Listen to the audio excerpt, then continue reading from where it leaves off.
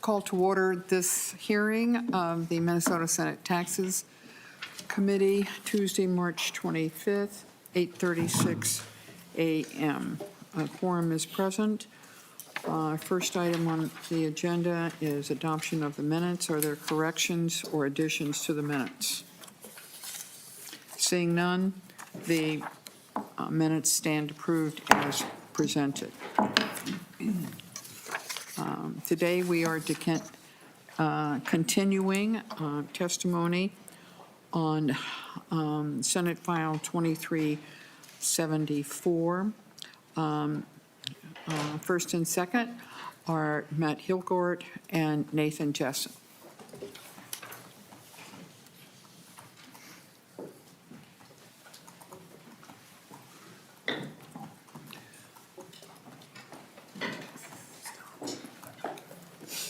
Welcome to the committee. Who wants to start? Mr. Hilgart, welcome to the committee. If you'd identify yourself for the record. Welcome your testimony. Thank you, Madam Chair. Good morning, members of the committee. My name is Matt Hilgart. I work for the Association of Minnesota Counties, and I'm joined. Nathan Jessen. I represent the Minnesota Intercounty Association. And Madam Chair, we're going to be synchronizing our testimony today to avoid duplications in what we're talking about. But to suffice to say, I think what you'll gather from county's testimony is that And we're in could a you great. move the mic just a little Yep. bit? Is that closer? all right? Thank Can you very hear me much. now? That's much better. We'll be synchronizing our testimony today, but suffice it to say, I think what you'll gather from our testimony is that there are some concerns with the proposed governor's budget as it relates to property tax impact.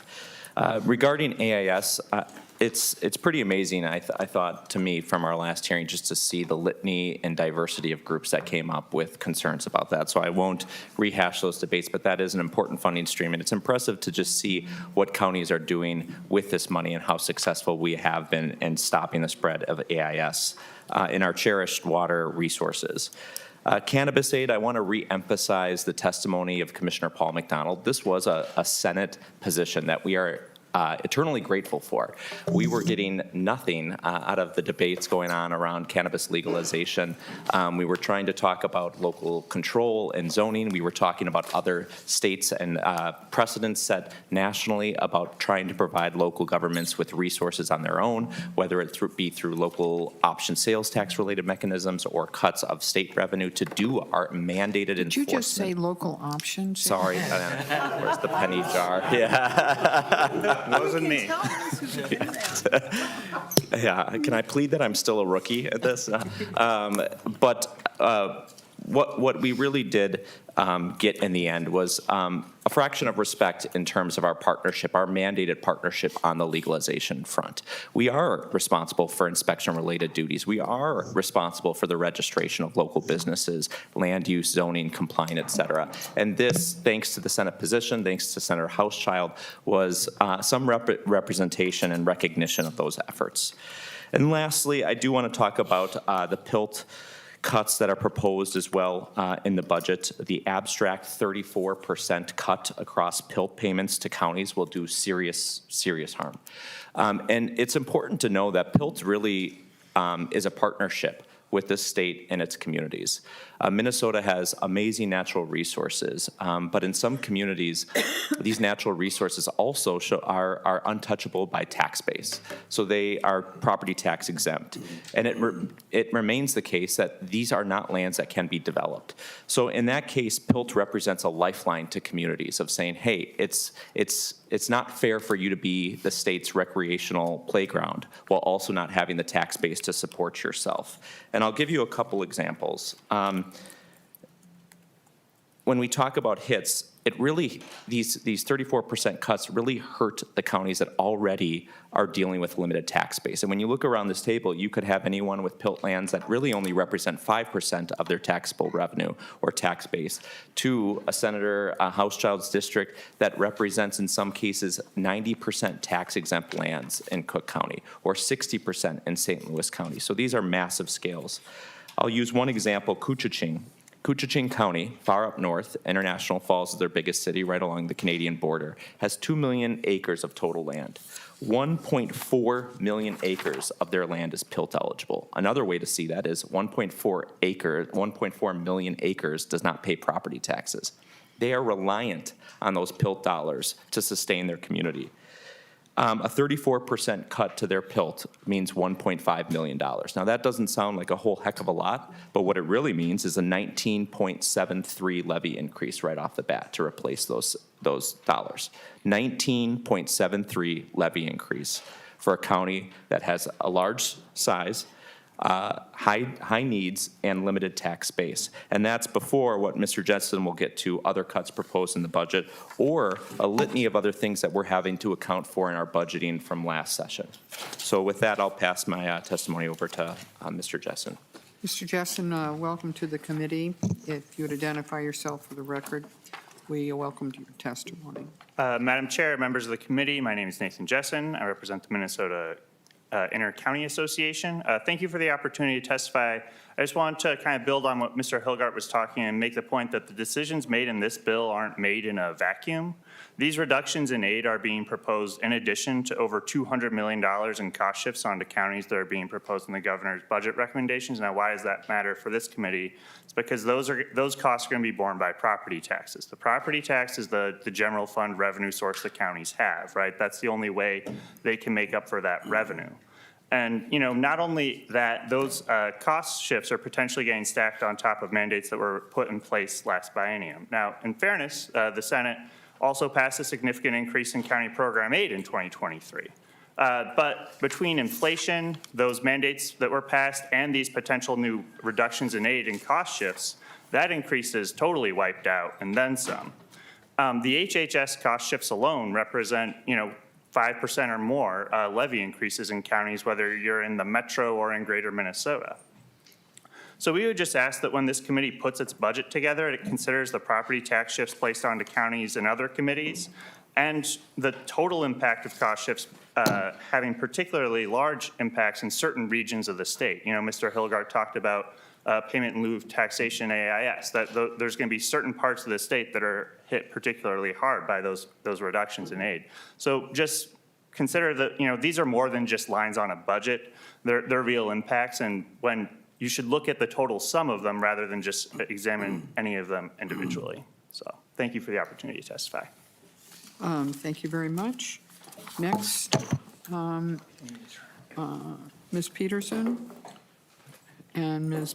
Pencala.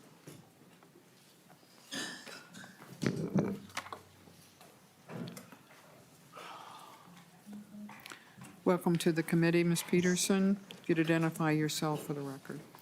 Thank you, Madam Chair and Senators, for the opportunity to provide some feedback on Governor Walz's budget proposal regarding expanding the sales tax in Senate File 2374.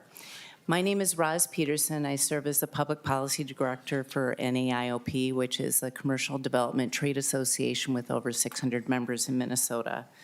We have significant concerns that expanding the sales tax to include services such as accounting, legal, title searches, banking, and investments will have a detrimental impact on the people of Minnesota. While the legislation exempts business-to-business transactions, it's important to recognize that most small businesses are structured as pass-through entities such as LLCs, sole proprietors, or Subchapter S corporations. These businesses file taxes through individual returns, which would be subject to the sales tax. Considering the addition of local taxes, the effective rate in the metro area would likely exceed over 9%. This increased tax burden could push businesses and individuals to seek professional services outside of Minnesota, ultimately reducing demand for local expertise and harming the state's economy. Furthermore, these professional services already contribute through income taxes, making this an additional financial strain for consumers and small businesses alike. Moreover, this is a regressive tax that disproportionately impacts those who can least afford it, making essential professional services more expensive will hurt small businesses and everyday Minnesotans. We urge you to carefully consider these unintended consequences and seek alternative solutions that do not place undue burden on Minnesota's residents. Thank you for your time and consideration. Thank you, Ms. Peterson. Ms. Pincala? Thank you, Chair Rest and members of the committee for the opportunity to speak on the governor's budget recommendations in Senate File 2374. My name is Stephanie Pincala, and I'm the Government Relations Director at the Nature Conservancy, a nonprofit working to conserve the lands and waters on which all life depends towards our vision where people and nature thrive. I'm here to comment on a couple of provisions that appear in the bill. First, to share concern and opposition to, I believe, Sections 4 and 7 that affect the calculation of incentive payments for the Sustainable Forest Incentive Act, or SFIA, which will reduce payment rates and allow enrollees to break their long-term covenants early as a condition of the rate change.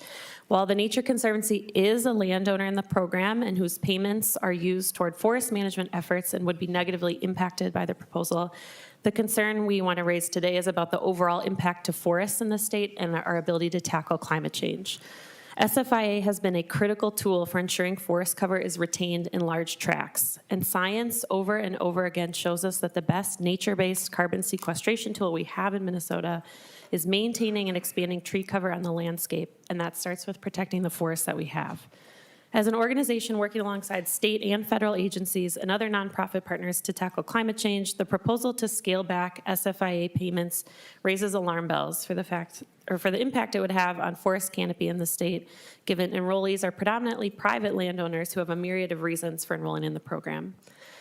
Based on past budget recommendations in the Climate Action Framework, we believe this administration is committed to addressing climate change, but reducing these payments risks the participation of landowners who are dependent on these payments to partake in the program and ultimately risks a big carbon sequestration tool. SFIA works to store carbon and provide multiple benefits for water quality, for water quantity, habitat, outdoor recreation, and wood products, which has resulted in large forest tracts remaining intact. There's a significant risk for loss of these forested lands should the current proposal move forward. I'll briefly add, we've included in a letter that we've also submitted to the committee a few comments on the Sustainable Aviation Fuel Tax Credit and the newly proposed payment in lieu of taxes, or PILT, reduction. I'll just flag that the PILT reduction could have a serious chilling effect on county-based conservation, which will, again, impact the state's ability to respond to climate change and leverage nature for all of the other benefits I mentioned. So thank you for your attention to those concerns and appreciate your time this morning. Thank you very much. Mr. Brian Lake, Pat Consemius.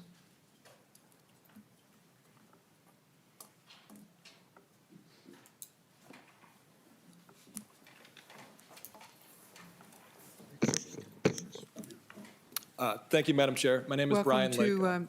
Welcome to the committee. Mr. Lake, if you'd identify yourself for the record. Thank you, Madam Chair. Brian Lake, I represent the Minnesota State Bar Association. The bar is deeply concerned about the proposed sales tax on consumer legal services, which we think would be very detrimental to low-income and average-income Minnesotans. Now, as you all know, here in this state, we don't tax necessary things like food and medicine, and you may not think of legal services as a necessity, but they certainly are to an abused person who's seeking an order for protection that might save their life. They are to an adult child trying to protect an aging parent from a predatory caretaker, or a single parent who is trying to collect delinquent child support that they desperately need to provide food, clothing, and shelter for their children. And these are the types of everyday situations that Minnesotans need to deal with. Legal services are not a luxury. And I want to briefly cover some other types of cases where I think the application of this tax will be extremely unfair, and then I'm going to explain why it's even worse than it sounds. I'm talking about cases like evictions, foreclosures, contract for deed terminations, where this bill would tax people who are trying to keep from losing their homes. Employment disputes like wrongful termination, discrimination, harassment, where this bill would force people to pay a tax just for the opportunity to seek justice and expose that misconduct. Debt collection cases. People are frequently sued for debts that are outdated or erroneous, often due to stolen identity, and this bill would force people to pay a tax when they're trying to avoid having their credit destroyed and their wages garnished. Now, I mentioned that it's actually even worse than it sounds, and this is why. In all of these case types that I just described, and many others, it is going to involve an individual and litigation against an entity. And this is a consumer-only tax. So in these disputes, the individual will have to pay taxes on their legal fees and the entity won't, even though in the vast majority of these cases, the entity has vastly superior resources to the individual. And when there's a resource imbalance in litigation, the under-resourced party frequently has to either give up or accept a deal that's really bad for them because they can't afford to fight any longer. This proposal would only speed along that process. So in a David versus Goliath legal battle, it's going to make Goliath 10 feet tall instead of 9. These dynamics are also present in cases that are brought by the government against individuals. I'm talking about criminal allegations where the government's trying to take your liberty, occupational licensure where they're trying to take your livelihood, eminent domain and asset forfeiture cases where they're trying to take your property, child protection cases where your parental rights could be terminated. In all of these types of cases, it could produce a rather absurd outcome where someone, even if they prevail, has to pay a tax to the state in order to defend themselves against the state. And Madam Chair, I'm just going to close with a real quick, real-life case that illustrates how this could happen to anybody at any time. As I mentioned, this is a real case and involved a young couple in their mid-20s. She is a speech pathologist. He's a blue-collar laborer. They don't have a lot of money. Their first child was born prematurely. Fortunately, it survived and became the center of their lives. Now, one day they noticed some discoloration on their baby's skin. They panicked and they went to the emergency room. That was a fateful decision because someone there thought that the discoloration was bruising and a child protection investigation was launched. In these types of cases, there's a presumption that one of the parents abused the child. So they each had to get their own lawyer. And this dragged on for 8 months, and you can just imagine the stress and financial strain that this poor couple was under during that time. They eventually were able to prove that the discoloration on the baby's skin was due to its premature birth. It had nothing to do with any abuse. Now, under this bill, these poor people would have had to pay thousands of dollars in taxes to the state just for their efforts to keep their child from being ripped away from them. And even without that in place, this whole experience drained every dollar they had and more. They are very fortunate that at least one of the attorneys they worked with has them on a multi-year interest-free repayment plan.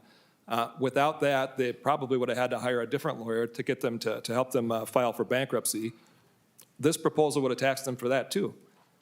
So members, these are just some of the many reasons why only 3 states tax legal services. I think it'd be a big mistake to make Minnesota the 4th.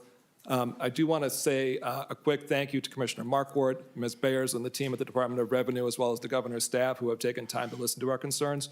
Madam Chair, I really appreciate the opportunity to testify today and happy to answer questions if there are any.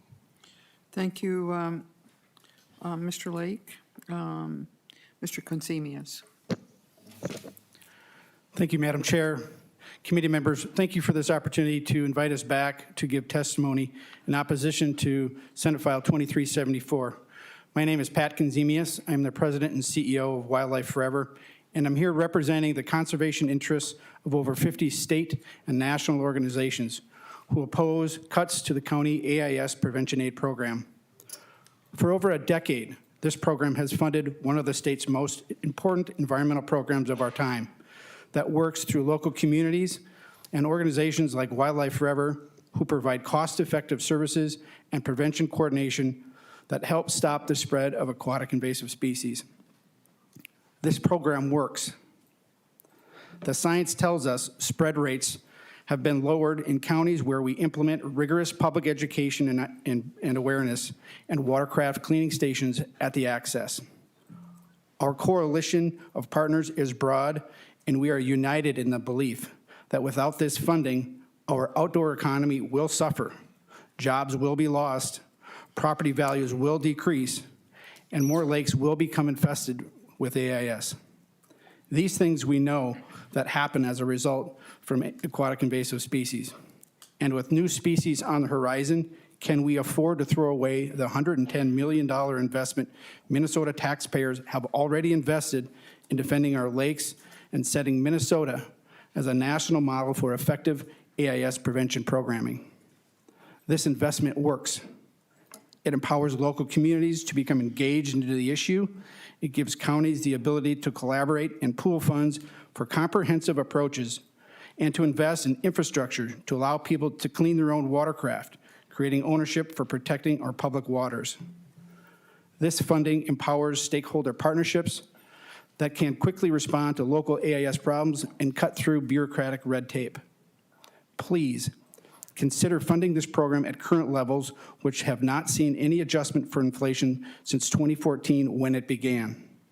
In the face of ongoing federal cuts to conservation programs, we cannot afford to roll back on our 10,000 lakes and the people in the economy of Minnesota that rely on healthy natural resources. Please reconsider funding this critical program at the original $10 million and stand up for conserving the future of our public waters. Thank you. Thank you. Mr. Todd Koch and Brian Peach.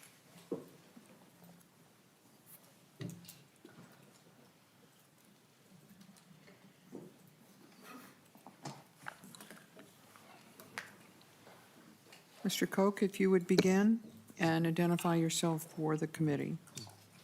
Thank you, Madam Chair. My name is Todd Koch. I'm a CPA, member of the Minnesota Society of CPAs, and leader of the Minnesota Twin Cities Tax Professionals. I appreciate having the time to actually testify on this matter. I previously submitted some written comments for the March 19th meeting, and I appreciate this opportunity to both add to and augment and respond to some of the commissioners' comments from the March 19th meeting. As the commissioner stated, there are many services that are taxed as part of sales tax. The examples are landscaping, laundry, building cleaning, pet grooming, vehicle towing, and admission and entry fees.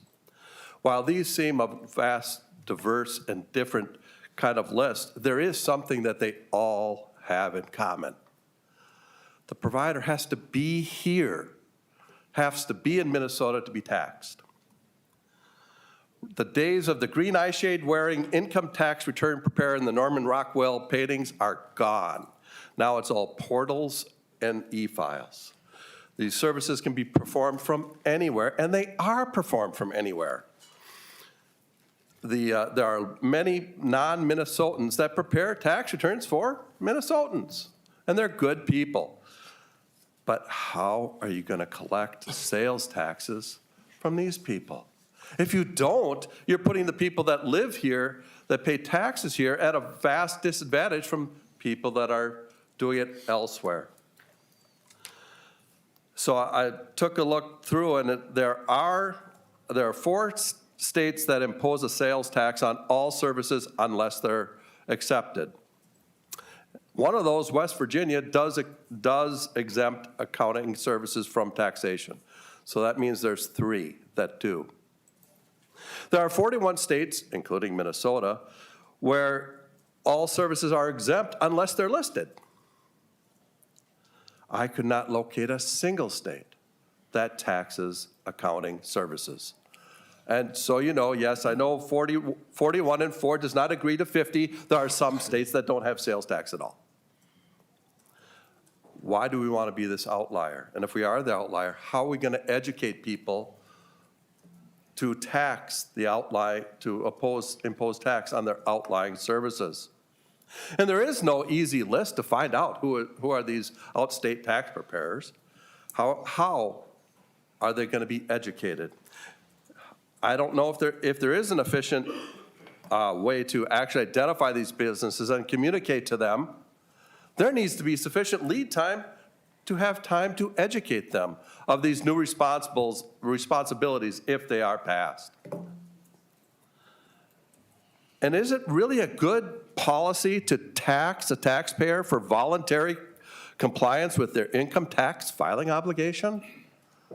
It doesn't sound good to me, but that's what this is.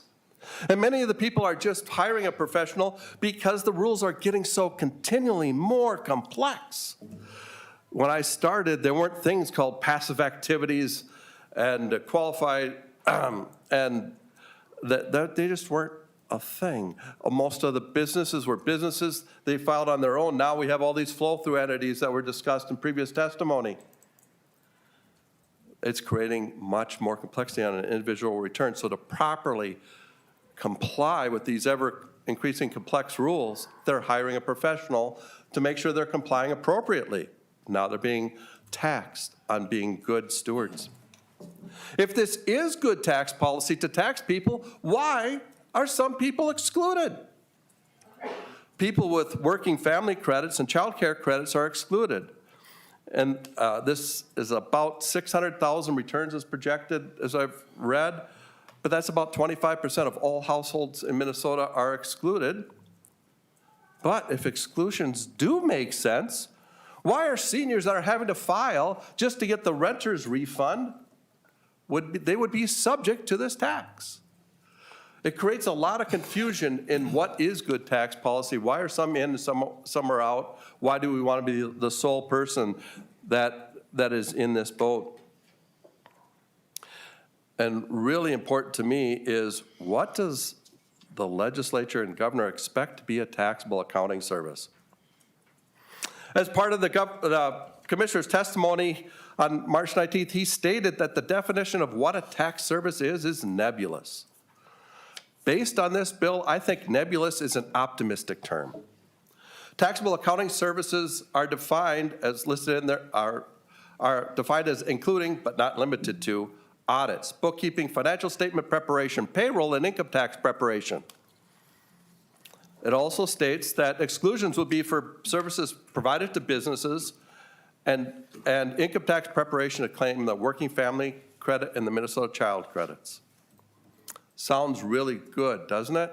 However, as audits, bookkeeping, financial statement preparation, and payroll services are almost exclusively provided to businesses, the only guidance really in the bill is individual income tax preparation services other than those to claim the working family credit and Minnesota child tax credit are taxable, and anything else that is decided to meet accounting services, period.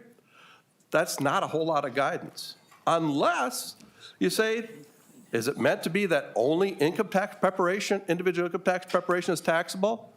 If that's what's meant, please just say it that way. Don't, because that nebulousness makes it so it's very difficult to comply. Pardon me.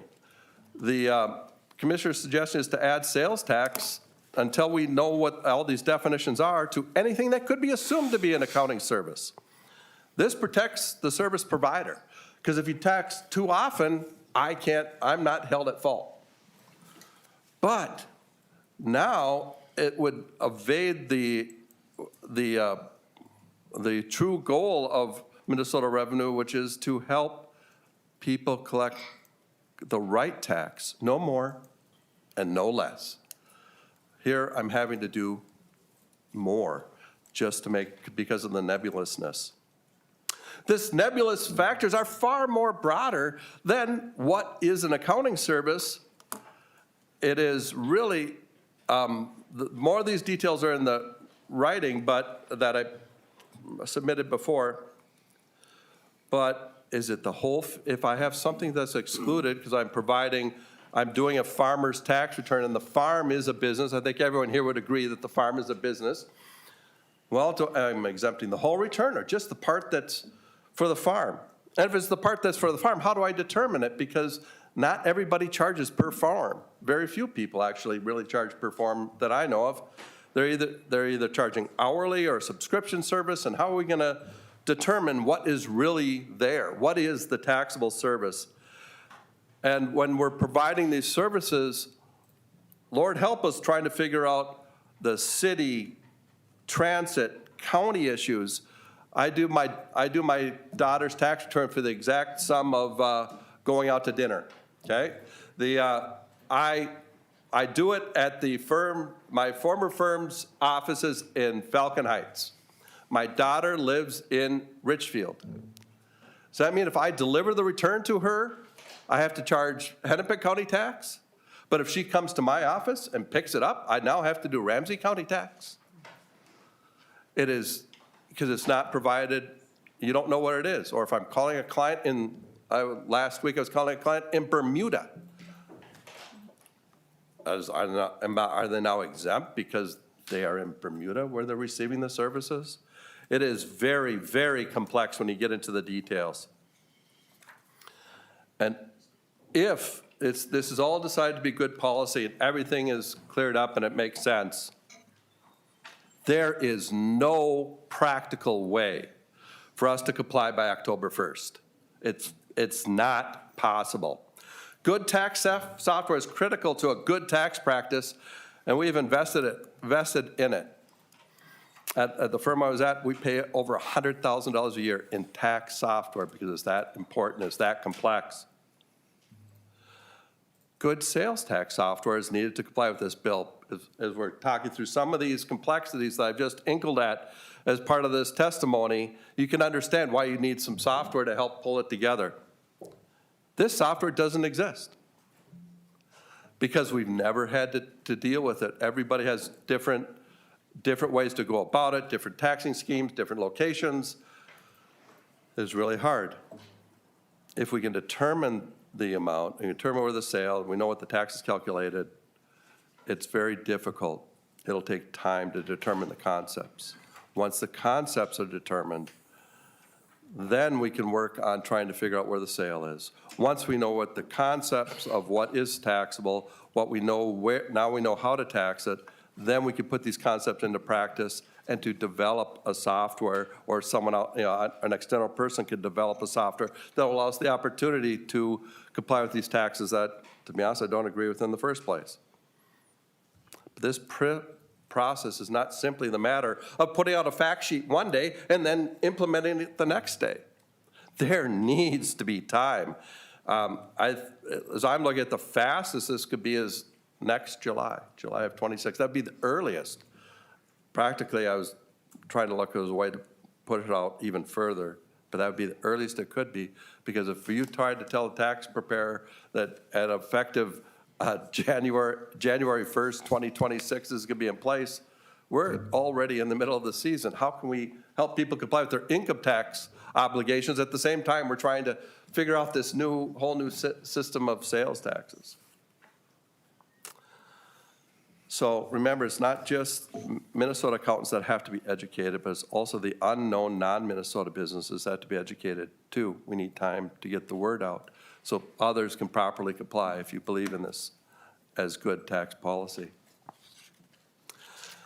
There is a reason no other state really specifically lists accounting as a taxable service. These services can be performed as efficiently outside of Minnesota as well as within Minnesota. Assessing a sales tax would put Minnesota businesses and jobs at risk. Defining the tax base and location is extremely nebulous, and Minnesotans will likely be assessed more tax than is intended. Thank you for your attention. Thank you, Mr. Cox. Mr. Peach. Madam Chair, Lead Weber, members of the committee, my name is Brian Peach. I represent the Minnesota Insurance and Financial Services Council today as part of their testimony. Primarily, I represent the Securities and Industry Financial Markets Association. I'm simply providing comments on behalf of the Minnesota Insurance Council in lieu of time today for the committee. We are calling your attention today to the proposed tax on financial services and advice. Together, our industry represents the securities and insurance industry in the state of Minnesota. We have over 130,000 employees and professionals in the state and hundreds of thousands of clients. Many of our members are headquarter companies, and as a result, we have a disproportionate number of Minnesota clients because that's where our companies grew up. I'd like to start off by addressing a misconception about financial services. Many people think it's the purview of the wealthy. It couldn't be further from the truth. On average, the first time an individual comes to a financial professional to seek help, they have less than $50,000 in assets. They tend to be younger and more diverse. And as you can imagine in this day and age, they're also getting their information on financial things from sources like the internet and TikTok, things that may not necessarily be as reliable. My 24-year-old niece called me saying she needed to have an emergency safety net, and she saw a video that crypto might be a good place to put that. I set her up with a financial advisor. She called me very excited because now she understands that she has a 401k that she can enroll in and gets a 401k match and has her safety net starting to be built in a very secure account. These are the sort of people that are coming to us for help. These are the sort of people that are at least able to afford to put extra money into the tax system when they should be saving it to create a safety net for themselves. We have concerns over the language of the bill itself. It is very broadly defining industry terms without any definition. It is, frankly, an auditor's dream and a compliance nightmare. It's very difficult, if not impossible, to comply with this, as well as very expensive in trying to determine this and install something that could be so quickly turned on. To my knowledge, no other state taxes these type of services. In fact, 3 of them have done so and quickly repealed it. Florida put a tax in place, repealed it within 6 months. Michigan repealed it within 17 hours, and Massachusetts repealed it within 2 days. These type of tax policies have wide-ranging consequences on businesses and consumers, and we're in a time in history with increasing economic uncertainty, rising prices, and consumer uncertainty. Please reject this tax on Minnesotans who need to save for financial security and count on it the most. Thank you. Thank you very much. Next, Mr. Phelps and Mr. Bernstein.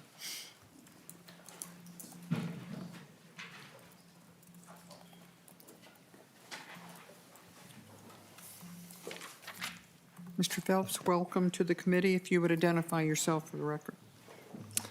Madam Chair, members of the committee, good morning. My name is Nick Phelps. I'm a professor at the University of Minnesota and the director of the Minnesota Aquatic Invasive Species Research Center. Thank you for having me here to share my thoughts on Senate File 2374. Now, it probably doesn't take a professor to tell you that aquatic invasive species are a real and highly complex problem. And I'm sure you all are fully aware that there's not a Senate district in the state that's not struggling with the impacts of aquatic invasive species. And as bad as it might seem, I mean, I just got an email this morning, another lake with zebra mussels was reported in Kittson County. This is a real and big time problem.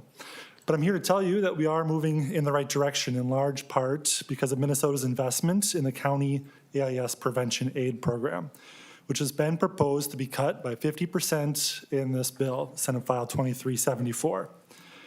Now, our research at MASERC shows that the approaches often implemented by counties in their role as trusted local resources can reduce the risk of aquatic invasive species introduction. Now, the question before you isn't can it work? We know it can. It's has it worked over the last 10 years? What's been the return on this state investment? Now, over the last few weeks, since we became aware of this proposal from the governor's budget bill, we assembled a team of research experts, including epidemiologists, ecologists, data scientists, and we looked at all the available data that we could, and we analyzed it in multiple disciplinary approaches, and it doesn't matter how we looked at it, the trends were the same. The value of the AIS Prevention Aid Program has indeed slowed the rate of new infestations in Minnesota. And this, I'll point out, is not a trend reported in any other state in this country who has invasive species programming. Another way to look at this is by using simulation modeling. Now, we estimate over the last 10 years, without the benefits of the AIS Prevention Aid Program, we would have expected 70 more lakes in Minnesota to become infested with zebra mussels. And that's just one species out of dozens that we're dealing with here in the state. Averting these infestations has had incalculable benefits to the environment and the people of Minnesota. Just to simplify the math for you, if you cut the AIS Prevention Aid Program, as you've heard from other testifiers and our science shows it, the rate of new infestations of AIS will increase, costing Minnesota taxpayers much more in the long run than the money saved annually from this cut. Now, if the ecological and financial consequences don't convince you, I'm just going to take a few seconds to highlight the people that the AIS Prevention Aid Program supports, the county-based AIS managers and the programs that they have developed. They're hardworking, innovative, and trusted local resources. Their communities have relied on them to develop these programs that they've now built and implemented. And as a researcher, I can tell you that the county AIS managers have been important and responsive research partners. They've guided us, they've tested our ideas, they've implemented new strategies to improve outcomes, and I believe that they are essential to the state's AIS response. Now, I recognize the hard decisions this committee has to make. The state budget needs to be cut somewhere, but I urge you to reconsider the 50% cut to this program. This funding has enjoyed broad bipartisan support over the last 10 years and has had huge impacts in all of your Senate districts and the Senate districts of your colleagues. And to be honest, I'm frankly surprised that I'm having to be here today to defend the value of this program. The AIS Prevention Aid Program should be a feel-good story about the return on public investment for the public good. I encourage you to build on this momentum and not slow it down. I know we're not taking questions today, but if anybody's curious about digging into the science of the value of this program any further, I'm happy to chat one-on-one or meet with you or chat via email. Thank you very much. Thank you, Mr. Phillips. Mr. Bernstein, if you'd identify yourself for the record. Chair Rest, members of the committee, my name is Eric Bernstein, and I'm the director of We Make Minnesota. We're a coalition of labor and grassroots organizations united in support of public investment for a more just and equitable state. Thank you for the opportunity to share our thoughts on two provisions in SF 2374, the governor's tax bill. We oppose provisions in Article 1, which would make the R&D tax credit partially refundable. This would put the state in the undesirable position of issuing tax refunds to large multinational corporations. The R&D tax credit has been singled out by the legislative auditor as having unclear objectives and a questionable impact on corporate behavior. They found the credit does not pay for itself and that DOR has insufficient tools to properly evaluate the credit's use. With budget shortfalls on the horizon, we do not think this is the time for expanding corporate tax benefits. In Article 3, we support provisions which would broaden the general sales tax base to include legal services, banking and accounting, and other white-collar services which are currently exempt. Broadening the base and lowering the rate is good fiscal policy, as you all know, and it is especially important given the state's long-term budgetary challenges. Right now, despite a sales tax rate in the top half of all states, Minnesota's sales tax revenues are comparatively low, lagging behind income tax and property tax revenues, which are the other two legs of our three-legged stool. I did a little math, and for every dollar that Minnesota raises in general sales taxes, South Dakota raises $2.16. Because they have a much broader base. Adjusted for our rate, we have one of the least robust sales taxes in the country. So we appreciate the governor's proposal on this and would love to see it go further. Minnesota currently exempts more sales tax base than it actually assesses. So as a thought experiment, that means that we could cut our rate by more than half if we ended all of our exemptions. That's probably not a realistic proposal, but short of that, we could raise considerable revenue to close future deficits while also providing rate reduction for everyone if we looked at more of our exemptions in the sales tax base. So we appreciate that proposal by the governor. We think that sales tax base broadening is an essential tool to meet Minnesota's long-term challenges, and we hope that this committee will consider some provisions like this in its final proposals this year. Thank you. Thank you, Mr. Bernstein. Online, Spencer McGrew.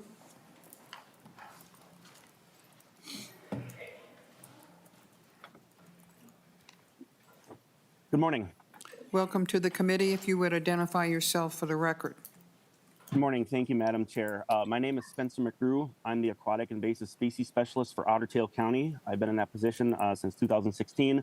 And in January of this year, I was elected to the chair of the statewide AIS Advisory Committee. And I'm representing both those entities this morning, Otter Tail County and the state SAC. May I proceed? Beg pardon? Oh, may I proceed? Yes, can you proceed? What? Yes. You can Oh, okay. Oh, Thank yes, you. of course. Oh, thank you. Yeah, Thank you you. just needed Yes. to identify yourself, and then we welcome your testimony. Okay, thank you, Madam Chair. Yes, I'm here to testify today regarding SF 2374, the governor's proposed budget to cut the AIS prevention aid in half from $10 million per year to $5 million. And I am urging this committee to reconsider that matter. Minnesota has 10,000 lakes. That's what we have on our license plate, right? We're all familiar with that, land of 10,000 lakes. There's actually 13,000 lakes that we have in the state of Minnesota. 1,100 of them have an aquatic invasive species of some kind. Zebra mussels and Eurasian milfoil add up to about 1,100 total. There's about 400 Eurasian water milfoil lakes and about 500 zebra mussel lakes. We want to be in a position, both Otter Tail County, SASAC, and all of our conservation partners, that we in the future need to do management on not 10,000 lakes for invasive species, not 5,000 lakes. We want to manage 1,100 lakes for invasive species. And the best way to do that is to do prevention today. You've heard testimony before from previous testifiers that the dollars that are saved in prevention are worth much more than management. Each dollar spent on invasive species aid today saves $100 in AIS management later. We can discount that out for 30 years using a discount rate of 4.5%. It adds up to, if we stopped or halved AIS prevention aid today and focused on prevention focused on management in the future, instead of being $300 million in prevention over those 30 years, we would need to have $4.5 billion today, which is almost the entirety of the budget deficit right now, to do AIS management if we halved prevention today. So those are some numbers. Prevention works. It's a 100-to-1 ratio. Local AIS prevention efforts from counties, soil and water conservation districts, and other entities account for 90% of the commitment to AIS prevention efforts in 2014. The 90% of watercraft inspections were done by local government units in partnership with the DNR, but the vast majority of effort was done by LGUs, and those efforts really matter. Tourism contributes to $13.5 billion to Minnesota's economy. The spread of AIS threatens those tourism dollars, and it threatens our natural resources. I'd like to be in a position, I think we all would, where we can be proud of our lakes, take care of them, and preserve them for future generations. Prevention aid is the best way to do that. SASAC and Otter Tail County urge full funding of the AIS prevention aid. Thank you. Thank you. Thank you very much. And then last also online is John Call. Good morning, Madam Chair and members of the committee. Thank you. Welcome to the committee. If you would identify yourself for the record, you may give us your testimony. Thank you. Good morning, Madam Chair and members of the committee. Thank you for the opportunity to speak today. My name is John Call. I'm an enrolled agent and the managing partner of Claw Tax Group, a tax compliance practice based in White Bear Lake. I also serve as a member of the Minnesota chapter of Enrolled Agents, representing hundreds of tax professionals across the state who are federally authorized to represent taxpayers before the IRS. I'm also co-chair of the Government Relations Committee at the National Association of Enrolled Agents. I'm here today to respectfully express opposition to SF 2374, and more specifically to the provision that would impose a sales tax on professional accounting and tax services. At first glance, expanding the sales tax base may seem like a path to broadening revenue, but taxing compliance services, the very tools individuals and small businesses rely on to meet their legal obligations, is both counterproductive and harmful.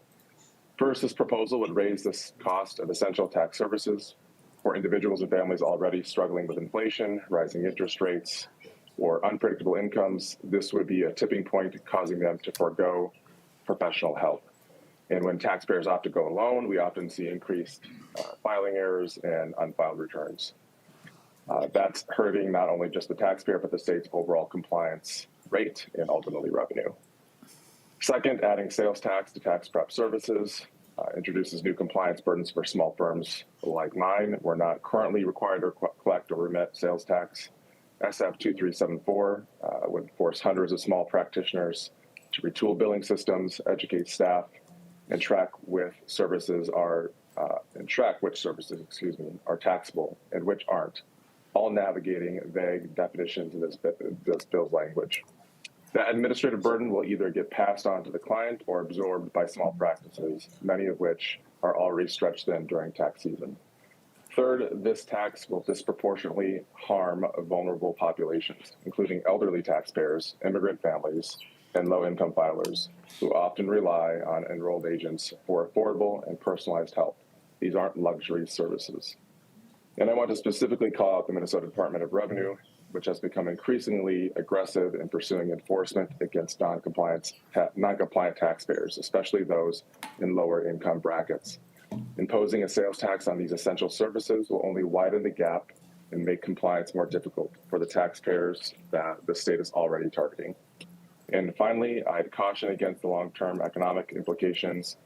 As a federally credentialed professional, I can represent clients in any state If this sales tax becomes law, nothing stops taxpayers from hiring a provider just across the border in Iowa, North Dakota, or Wisconsin, where there's no such tax. That hurts Minnesota firms and shifts business elsewhere. In conclusion, I urge you to reconsider the unintended consequences of taxing compliance. It's a step backwards for voluntary tax administration and will disproportionately harm the very taxpayers we're all here trying to serve. Thank you for your time. Thank you, Mr. Cole. Is there anyone else who would like to testify who's not on our list? Seeing none, I'm going to invite Commissioner Marquardt to respond to any of the testimony that we have heard and/or questions or comments from members. Welcome to the committee. Please identify yourself for the record. Well, thank you very much, Madam Chair and members. I'm Paul Marquardt, the Commissioner of Revenue, and just a huge thank you for allowing the discussion to occur on House File 2374, the governor's tax proposals. And I mean, what you have heard. It's a Senate file. Did I say that again? You did Madam it Chair? again, yes. I'm listening, Commissioner. Senate File 2374. I'm surprised I haven't been removed from this committee yet. You know, you can take the representative out of the House, but you can't take the House out of the representative, There you I'm go. finding out. But, Madam Chair and members, this has been actually excellent discussion, and it reminds me of a lot of debate that would occur at the Tax Expenditure Review Commission, where you're actually looking at these type of tax expenditures and the pros and cons and so forth. But this is a very serious proposal. It really is, to try to make the tax code more fair and more stable. And we've had a lot of debate in the past about past kind of tax proposals that increase the volatility, increase in higher income tax rates, corporate rates, and so forth. The governor here is trying to look to the future to make the system more stable, our revenue stream more stable into the future. And I think we've all talked about expanding, looking at that. There's been questions, if you expanded the base, how much could you lower the rate? And that's a great discussion. And I know there's a lot more bills out there that narrow the base. And I think this might be the only bill that expands the base. And we know this is the way, if you really want to make it fair and more stable, this is the way to go. And so where do you start? So the governor is looking at these professional services in looking at, because again, taking the business to business off. And that, I think everyone is agreeing with that. It prevents the tax pyramiding, the hidden costs that is passed down to the taxpayer. So you look at services, and you really have four main areas. You have professional services, you have personal services. These are ones that are not taxed yet. Personal services, funeral services, and auto repair and maintenance. These professional services are the most select ones. According to Department of Revenue research, about 10% of our taxpayers in any given year will use legal services. 25 to 30% will use accounting services. And that's why when you look at the overall data on this, according to the Department of Revenue, most people will see a tax cut in any given year based on the rate decrease that is in the bill. So, I mean, where do you start? And all of the comments, I think, that were made here are all legitimate. I mean, this is, as I've said, services is more nebulous than if you're taxing a washer or dryer. You know exactly what you're getting there. And this is not the first service that the state would be expanding sales tax to. And as I mentioned last week, you have a fact sheets, if you go on there, A to Z, looking at all the services. And, and I would invite folks as we move forward, if you want to create more specifics, we're all ears. Bring those forward. We will put those in. But as I said last week, the assumption should be made fairly that If you think something falls under a category or not, assume it does, and assume it now would be taxed unless it's being excluded. So the governor's open to suggestions. We know that good policy is expanding the base and cutting the rate. And so this is difficult, as you have heard. And I mean, there's a reason why professional services in most states are not taxed, is, you know, whoever you have, it's going to have an impact on folks.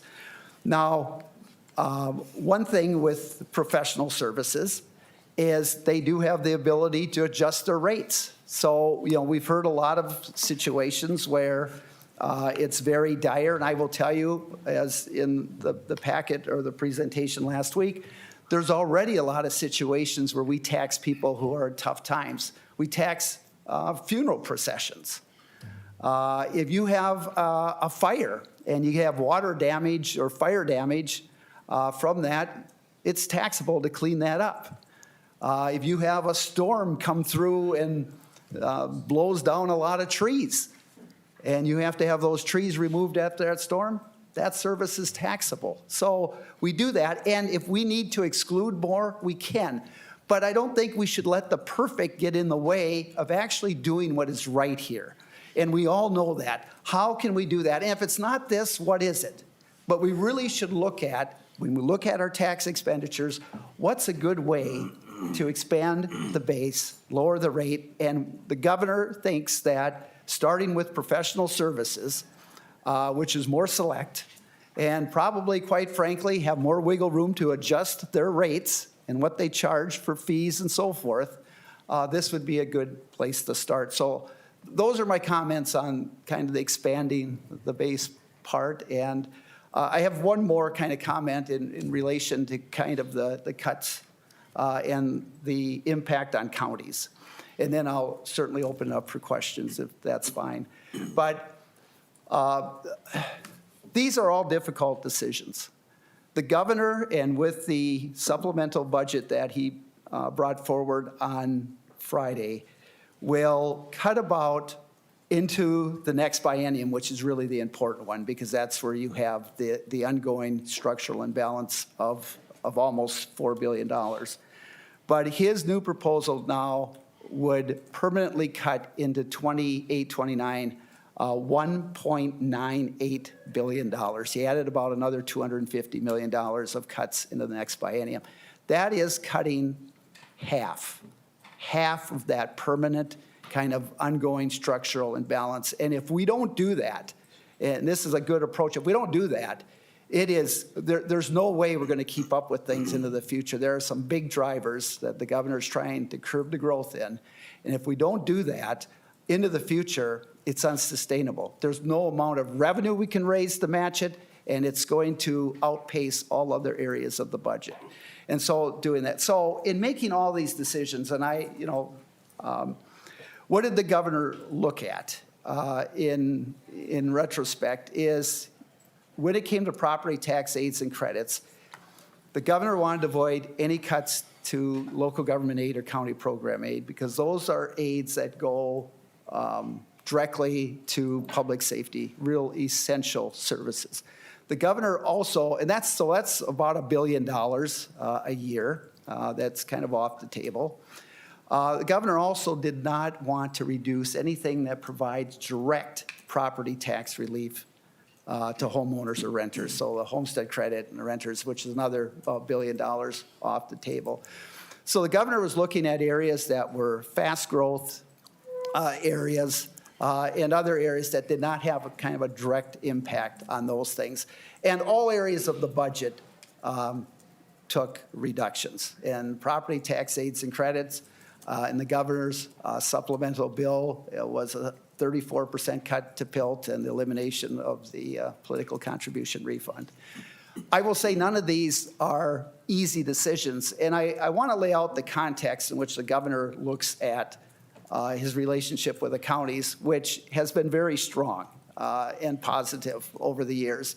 In fact, when I was the tax chair, we had a proposal that was going to reduce local government aid by about 40 million, increase about 40 million and increase county program aid by about 13. It wasn't, and the governor, Walz, stepped in and said, no, this is going to be 50-50. And as you know, it was 30-30 in 2019 and 80-80 in increases in LGA and CPA. But also what the governor had context is that Minnesota does very well with its local units of government. The state of Minnesota, and this is 2021 data, ranks 4th in the nation in proportion of state taxes to local taxes as a percent of your total revenue. So you look at kind of total revenue, it's 75% state taxes in Minnesota, 25% local taxes. Nationally, it's 60-40. We're the 4th best in keeping those taxes low. And Minnesota ranks 7th in the nation in proportion of state aid to the proportion of state aid plus local revenues. And it's 60%. The national is about 47 to 49%. Also, if you look at the auditors, state auditors report 2024, looking at county finances, in 2024, counties received $2.4 billion in state categorical or general purpose aid, $2.4 billion. And I would add to that about $1 billion in direct property tax relief through the homestead credit and the renter's credit goes directly to county residents to buy down those property taxes. So we're looking at about $3.4 billion. Senator Drazkowski, you had asked me what were the numbers, and so I do have the numbers, and Mr. Jessen, I think, gave you some numbers, and we seem to be very close. But from MMB, the amount that is affecting counties is 100, and this includes the most recent supplemental budget on Friday. It's $180 million in 26-27 and $346 million in 28-29. So the governor, and so, you know, again, about $3.4 billion, I would say, of state aid goes directly to their residents or to the counties, and in a year, and this $346 million would be $173 million a year of increased county share in solving this county budget. That $173 million of that 3.4 is about 5.1%, just to put it in perspective. And if counties took all $173 million and put it on the property tax levy, which isn't necessarily the case, for 2025, the certified levy for counties is $4.2 billion. So that $173 million would represent about a levy increase of about 4.1%. And if you take all property taxpayers, about 1.3% that shift to the counties. I'm not saying that to minimize the hit and the reductions to counties, because in these tough times, anything like that is going to have an impact. But I'm trying to put that into context, is that you're looking at about a 5% of aid that they're currently getting. And, you know, receiving that amount of aid, the counties Governor feels counties have a responsibility to share in solving this budget deficit. So it's about 5% of state funding and about 4% if all of it was put on to levies, just to give it a perspective. And this is the context which the governor said. I want to mention one more thing, and then I'll certainly open it up to questions. But on the aquatic invasive species, so the governor is reducing the amount that is going out to the counties. He is not reducing or touching the program one bit. Because we know AIS is really not, a lot of that money goes out to lake associations, lake improvement districts, and all these groups that are doing great work. So the counties have an option to backfill that, But there's also lake improvement districts, which I'm actually a member of, that have the authority to levy property taxes with approval from the county. There's lake associations, there's all sorts of other ways in which that $5 million can be backfilled. So I want to make it absolutely clear that the governor is not going back at all on the great work and commitment that counties and all these lake associations and groups are doing for aquatic invasive species.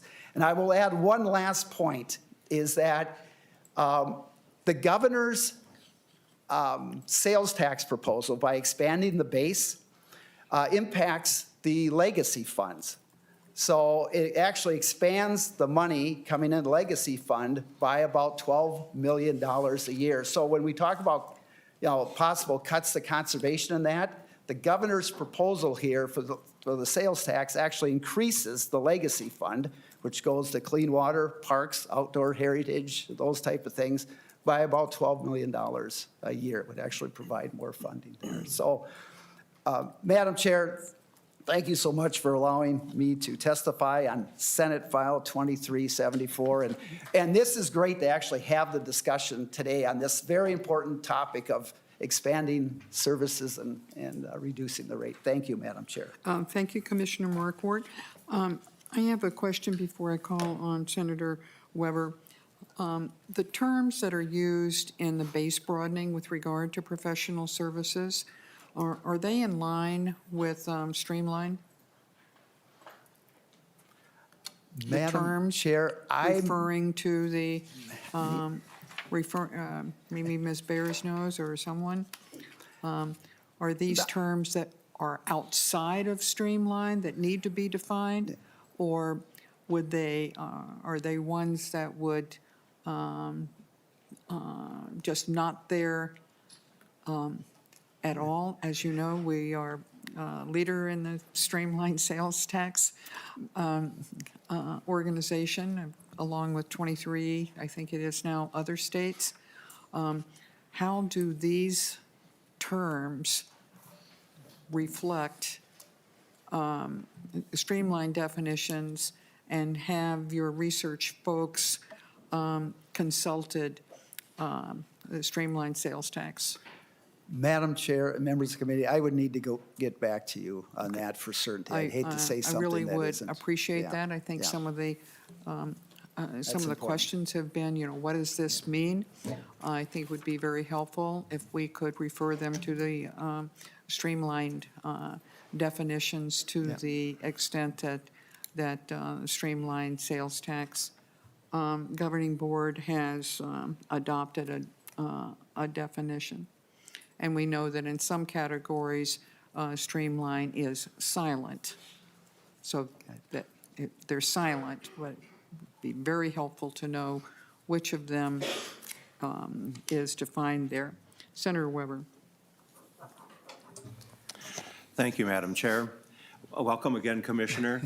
I don't envy you. You have a difficult job, and as do, quite frankly, as does everyone this go around. I have some comments I want to make. I don't know if I have any additional questions. First, is to go down the line of the items that we heard about today. Let's talk about PILT. The reduction that's being made in PILT, my question is, and quite frankly, this is hypothetical because I don't believe there's anyone in the room that has the answer to it, is how many additional acres are the proposed budgets taking out of production and adding to the PILT payment picture? I mean, when we talk about proposed DNR acquisitions or legacy fund acquisitions, there's obviously thousands of acres that are being covered by that proposal. And so while we're going to reduce the PILT payments, we're now increasing the number of acres that will comply with PILT or be included in PILT. Quite frankly, if we're going to cut PILT, then we better stop buying acres. That's the reality of it, and leave them on the tax rolls to help our local units of government out. And I know that that's not part of this committee's purview, but it all gets connected at the end of the day. There's a reason that the tax bill is the final bill out of the chute at the end of the day, as we found out last year. The cannabis bill reductions. Never has, in the time I've been here, never has this legislature passed such a least thought out and bill as the cannabis bill. I have reports from my counties all the time. They call to the state trying to get answers to questions. They don't know if they got right answers, wrong answers, and many times they don't even get answers at all. There's been a revolving door in the leadership at the Department of Cannabis, and this program isn't ready to be out, and yet here we've already cut any money that our counties were supposed to get to help them implement our law. You know, the shifts. I have no reason to doubt the numbers you quoted as to what the tax bill, the shift as far as our counties are concerned. But I don't think in that you've actually taken into consideration the Medicaid waivers and all that type of thing that are out there. Because the numbers I'm hearing is a number of increase percentage-wise that is much larger than the one that you use, Commissioner, by the time you take everything into consideration. Now, when all those things are done, the state will have cut its budget, but all we will have done is shifted the costs onto the counties and onto taxpayers of the state of Minnesota. As it relates to the sales tax expansion, if we're going to expand and reduce the rate, then let's actually do something that reduces the rate. I cringe every time you say, well, here's a reduction. You know, that reduction, my wife and I just completed our estate plan, and our tax return will probably have to be picked up within the next week. We've already blown, if all that were taxable this year, we would have already blown much, much more than anything we saved in the sales tax reduction. And I think there are many people in the state that are in that same situation. I hear today from people, and I know it from my own family, our younger people are starting earlier to plan for their retirement. They're actually starting earlier to go out and get advice from consultants to help them properly plan for their future, which is something, quite frankly, I think we all would want to see happen. But now we're going to charge them more in order to do that and reduce the amount of money they can put away for their future as well. We hear about the high costs of housing and how hard it is for people to get into starting housing. And yet now we're going to start charging tax on a whole bunch of fees, thousands of dollars worth of fees, that will add to their costs as they try to go out and buy a home. So we complain about the costs, and then we take action to raise those costs in the first place. You know, legal fees are not something that are just paid by the wealthy, as was the example that was given. You know, here again, the state stepped in, created the need for attorneys, and now those poor folks would have to pay more money for those legal services at the end of the day. Commissioner, you used the term fair and stable. Fair and stable are always things that are in the eyes of the beholder. But I think what the governor's plan does here, it makes our sales tax system, once again, more complicated. And then we're going to go and hire an expanded auditing section to catch the people who make mistakes because of the confusion we caused. You know, one of the testifiers used the word, do we really want to be an outlier? I guess we do, because quite frankly, we've been outliers in so many things. Why not add what we tax in terms of sales tax to the list? You know, and the other issue out there is, you mentioned that the sales tax would increase the legacy funds. Yeah, it would. And then the legacy funds will get used to buy more land, which will then have less bill paid on them to the counties. I mean, we have created, quite frankly, this revolving circle that, well, I guess I would term it a circular firing squad. Because at the end of the day, there are going to be a whole bunch of people that don't wind up in good shape as a result of the actions that we're taking. We just sort of perpetuate our problems. And yes, there are hard decisions that are going to need to be made. And yes, I think we should get rid of part of our future deficit problem as soon as possible. But, you know, I look at what this bill does, and I think that, quite frankly, the state needs to stand up and be more responsible rather than shifting all of our problems onto counties, onto our citizens, and by making more complicated tax law. And so with that, Madam Chair, I'm done for now.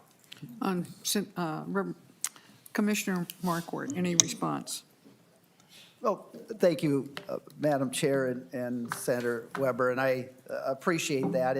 And this is an incremental approach to really getting at, are we going to try to make our tax code more stable? Are we actually going to look at tax expenditures and that? So the tax rate cuts about 1.1%. The expansion adds about 2.6%. So this is incremental. And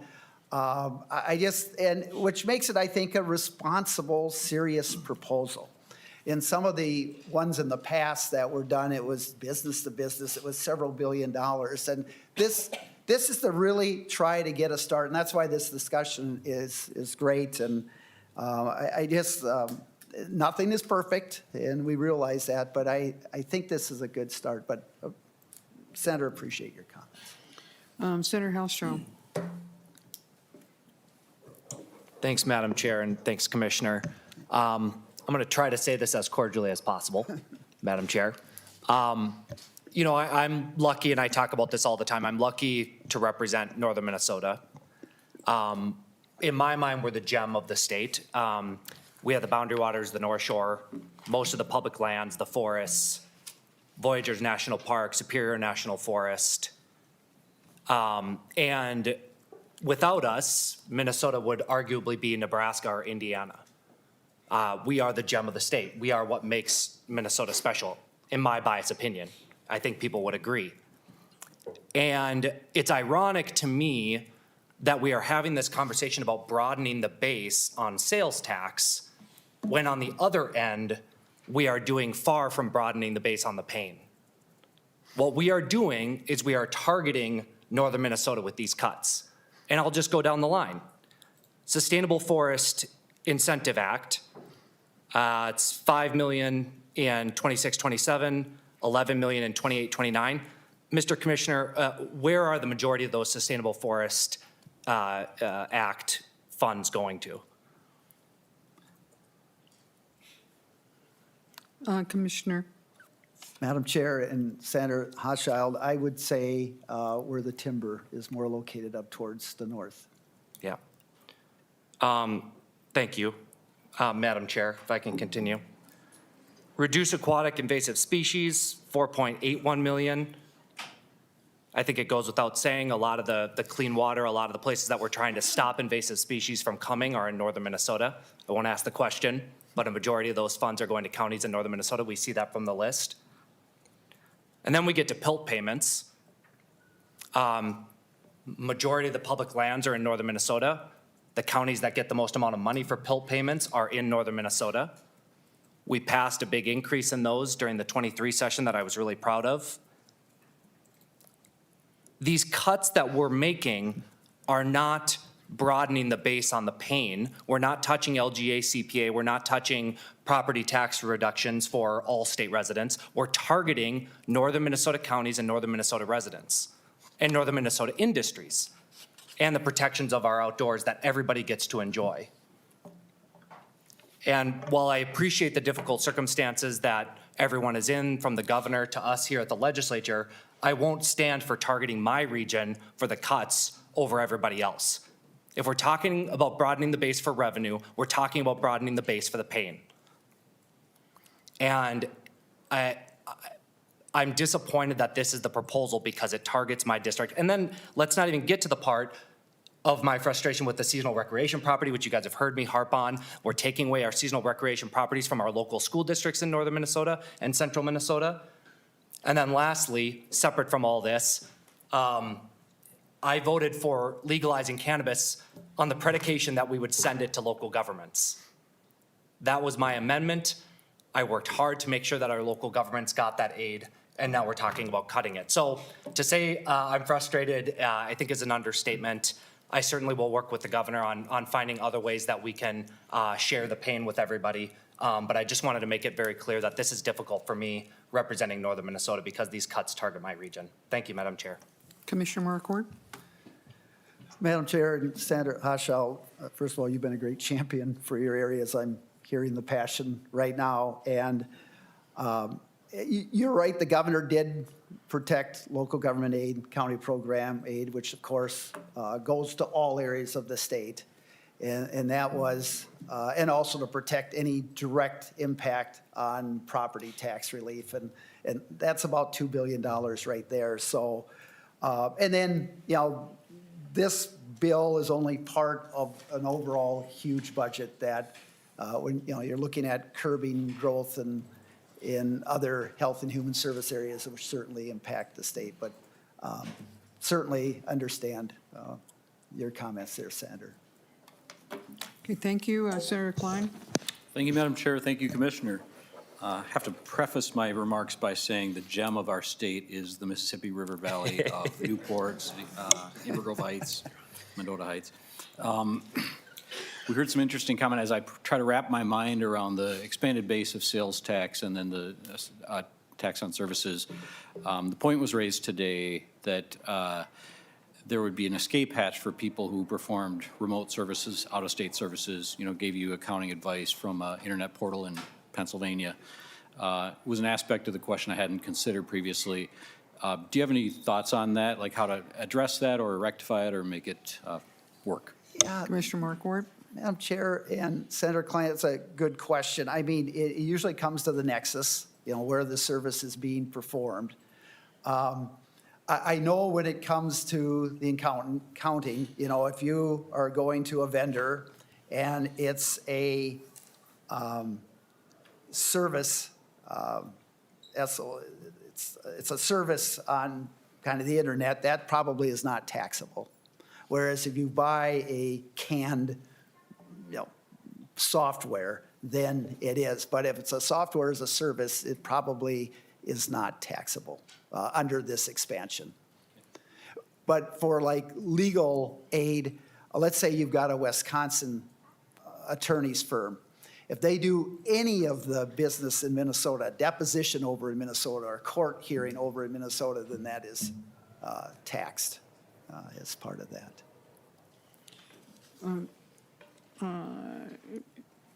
Commissioner and Senator Klein, I think we need a new primer on what defines remote sales tax, and that we need a much better understanding as a legislature on our participation in streamlined sales tax. And I think there are a lot of questions on that, and I might ask your research department to consider giving us broad but very specific requirements, definition of nexus that we have had for any number of years regarding remote sales tax. Ever since the Supreme Court ruled on the case in South Dakota, which has been guiding us for a number of years now.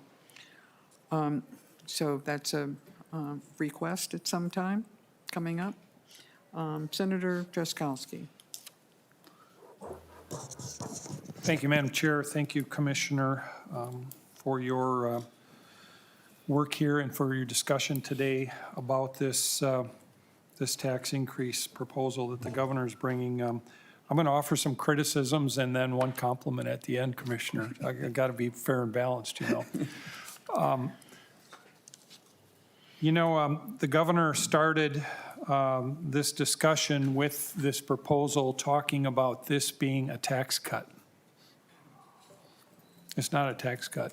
It's the sales tax portion increases taxes by 400 million per biennium, if I remember, on average, and a net tax increase of about 200 million per biennium on average, if I remember correctly. I don't have the numbers in front of me.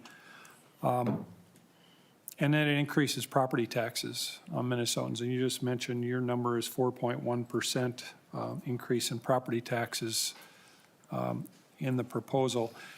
It's a bit perplexing, I think, to people to look at what happened in the last 2 years and the expenditure of $19 billion. This huge, never could have been forecasted by anyone 3-4 years before that amount that is unprecedented in our history. We've never had anything anywhere close to this. Huge expansions of government that happened under the trifecta in the last biennium. And I mean, we increased housing welfare from 100 million to $1 billion, 1,000% increase in housing welfare to have Minnesotans who are struggling to pay their housing bills be taxed in order to pay for somebody else's house. We, in this area, budget area of taxes, we had huge increases in welfare for people who file taxes, who have never paid any taxes in, yet they file taxes and get a refundable credit, including illegal aliens. The Walz administration doesn't attempt to back off of any of those very radical proposals that were passed into law. And I could go down the list. There's many of them, and I'll bring more of them up as session proceeds. But I would encourage Democrats, and I would encourage the governor to take a look at the overreach that this administration and this legislature, hand in hand, enacted in the last biennium. Huge overreaches in dozens of areas. We paid out millions and millions of dollars to nonprofit organizations that are escalating the already very, very, very rampant fraud that happens in this state. Some responsible things could happen here, and we could solve that $6.1 billion projected deficit. And I agree with you that we should start on that now. And so I agree with the governor on that. His approach, of course, I think is very flawed, but we should start on that now, and it would be very easy for Democrats to say, you know what, we went too far on some of these areas and we need to back off. That being said, and I'll castigate more later, Commissioner, on some of that, but some of the numbers I've heard, as Senator Weber pointed out, around the shift to counties are bigger than the numbers that you articulated here today. Could you show your work for us and show us in writing what the amount, this 346 million in 28-29, the 180 million in 26-27. Can you show us your work and what that includes and have the columns and rows add up? That I think would be helpful to us. As I think it's important for Minnesota to have the dialogue about really what this does represent for Minnesota. And you've got your picture as a department, and the governor does, as to what that looks like and what you're including in your math. Other people have a different idea of what they're including in the math in the proposal, and I think it's important for us to know what those numbers you articulated represent. A question for you, so that's a question, would you show us your work? And then another question that I was just introduced to today is there's apparently in the proposal 13 new auditors in the department to go after small businesses and try to squeeze more money out of our already struggling small businesses in this state. Can you tell us why We need to have more Department of Revenue, police descending down upon all of the small businesses in Minnesota who are already struggling to make a go of it in this oppressive big government environment we have in this state. Commissioner Markwart. Madam Chair and Senator Driscollowski, so what we're doing with the increase on the number of auditors is trying to match a more complex kind of business organization, and it has to do primarily with partnerships. In that partnerships have control over other groups of partnerships, over another group of partnerships, and it's very difficult, what I'm hearing from our auditors, and that is to try to figure out where is the income, so forth. And so that's an area that we've identified that we're just not able to really track very well. And so there is a cost originally, and then ultimately, once that kind of gets phased in, as you know, in the past when we've done some things like this with the Department of Revenue, it's like a 4-to-1 dollars brought in than what is going to be the cost. But one of our goals is that taxpayers will pay no more or no less than required by law, and we feel that these auditors are necessary to meet that goal because of the complexity. Thank you, Madam Chair. Senator Driscollowski. Thank you, Madam Chair. Thank you, Commissioner. And can you show us your work, Commissioner? And also, how many auditors do we have now? And I'll leave those questions with you, because the chair wants to keep moving, I'm sure. And the one compliment I have in the budget is, and thank you for that, is getting rid of the political welfare program we have in this state. I have attempted when I was in the other body, Madam Chair, and I know some members here like that program, but we are somewhat unique in Minnesota in that we pay for political campaigns, and we have the struggling people of Minnesota being forced to pay taxes to pay for political campaigns, and you get rid of it in the budget, and that's the one item I saw that was good in the budget, and so thank you for that. But those two questions for you, Commissioner. Commissioner Markwart. Madam Chair and Senator Driscollowski, so number one, I'll have to get back on the number of auditors that we have. I don't have that right with me. And I also will get back to you on showing the work. I did get those numbers from Minnesota Management and Budget, but I didn't have a breakdown, and we'll see if we can get that back to you also. Thank you, Commissioner. Thank you, Madam Chair. Thank you. Thank you, Senator Driscollowski. I'll just make a comment before I call on Senator Nelson. I, too, am pleased with regard to where the funds are going to come from for the presidential primary, which I think is what you're referring to. And that proposal, as I understand it, is going to be put on the obligation of the political parties in Minnesota. So that will be removed as a cost to the taxpayers if that proposal goes forward. With regard to the PCR, Senator Driscollowski, the bill you'll be voting against maybe more than once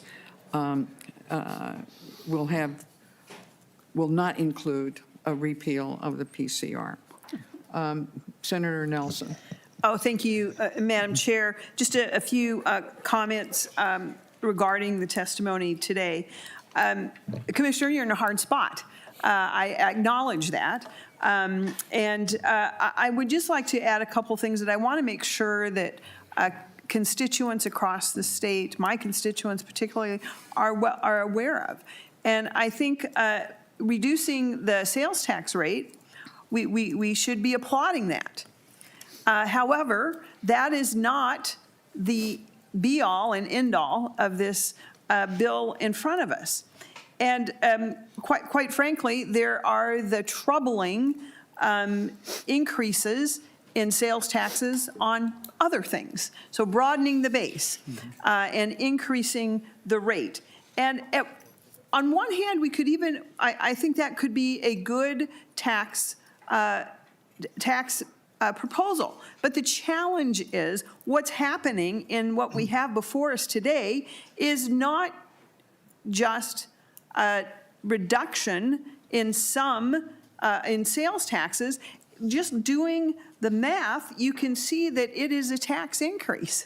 So maybe it looks like a little bit of smoke and mirrors. We can say there's a reduction, but in reality, if we're looking at Minnesotans' pocketbooks, we're actually seeing an increase. And I think the 4-year increase is about $791 million. Now, I understand there's some reductions in there, and that's helpful. But the overall thing is that this is increasing sales tax coming in to Minnesota state coffers. Now, the time to do the good policy, which would have been reduce the sales tax rate and expand the base, maybe would have been when we had a budget surplus, which was just in our last budget cycle. We were here with a $18 billion surplus.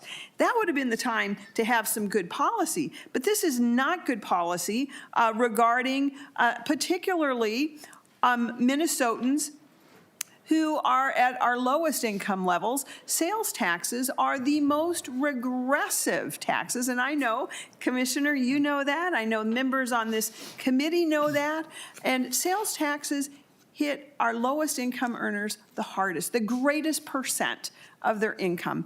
And we do so much in our state, it's really kind of counterintuitive for the state of Minnesota to come forward with such an regressive tax proposal. So much of our tax policies are very progressive, where we have the more you make, the higher percent you pay. And that's kind of our Minnesota policy. But here today, we have this in front of us, which is a very regressive. I think that is unfortunate. We shouldn't be seeing this right now. And then to top that off, we're not only bringing in more tax revenue to the state, we also are increasing the burdens on our local units of government, particularly our counties. And I know you've heard some of that today, but these are shifts that are even outside this tax committee. Those are the shifts like the HHS services now that the governor is shifting down to the counties without the funds to pay for them. Now, I realize that's not in your jurisdiction, Commissioner, but it is what our counties are needing to deal with. And now today, to learn that the cannabis funding, which quite frankly, many of us had many concerns about legalizing cannabis. My colleagues on both sides of me here spoke about that. And I couldn't agree more. And now to just see that those funds that we shoved that onto our counties, we didn't even say that they had a choice. We said you must have 2 cannabis retailers in your county, even if you don't want them. And now here we are in this committee saying, oh, and by the way, the money we gave you to help enforce this, we're going to take that away from you. So I just find this a very troubling budget. And unfortunately, my last comment is that Minnesota is known as a high tax island. Unfortunately, many of us believe that's very detrimental to our growth, our economic growth as a state. But I cannot overstate how disappointing this particular tax policy is and how it's going to impact our constituents. These shifts to our counties and our school districts, by the way, which are still recovering from last year, to our counties are going to increase property taxes. There's just no way around it. So what we're looking at in front of us is I'll just say it seems like smoke and mirrors, a bit of gimmicks, a bit of shifting to our local units of government, and I honestly think we can do better. This is an extremely disappointing proposal to see today. Commissioner Marquardt? Thank you, Madam Chair. No one else has asked to speak, so you may reply to Senator Nelson, and then if you want to continue with a final comment, we would welcome that. Madam Chair, thank you so much, Senator Nelson. First of all, just remember that this governor's tax portion is part of the overall budget. And yes, it does raise revenue. And that is to help pay for other things too, and to make this work as far as an overall budget. And remember, even though not talked about today, but that helps fund the refundability expansion to the R&D credit, which is huge. That's $20 million a year. Expansion to the sustainable aviation fuel, which in the first few years, about $5 million a year. Huge economic development tools and efforts in rural Minnesota and throughout the state.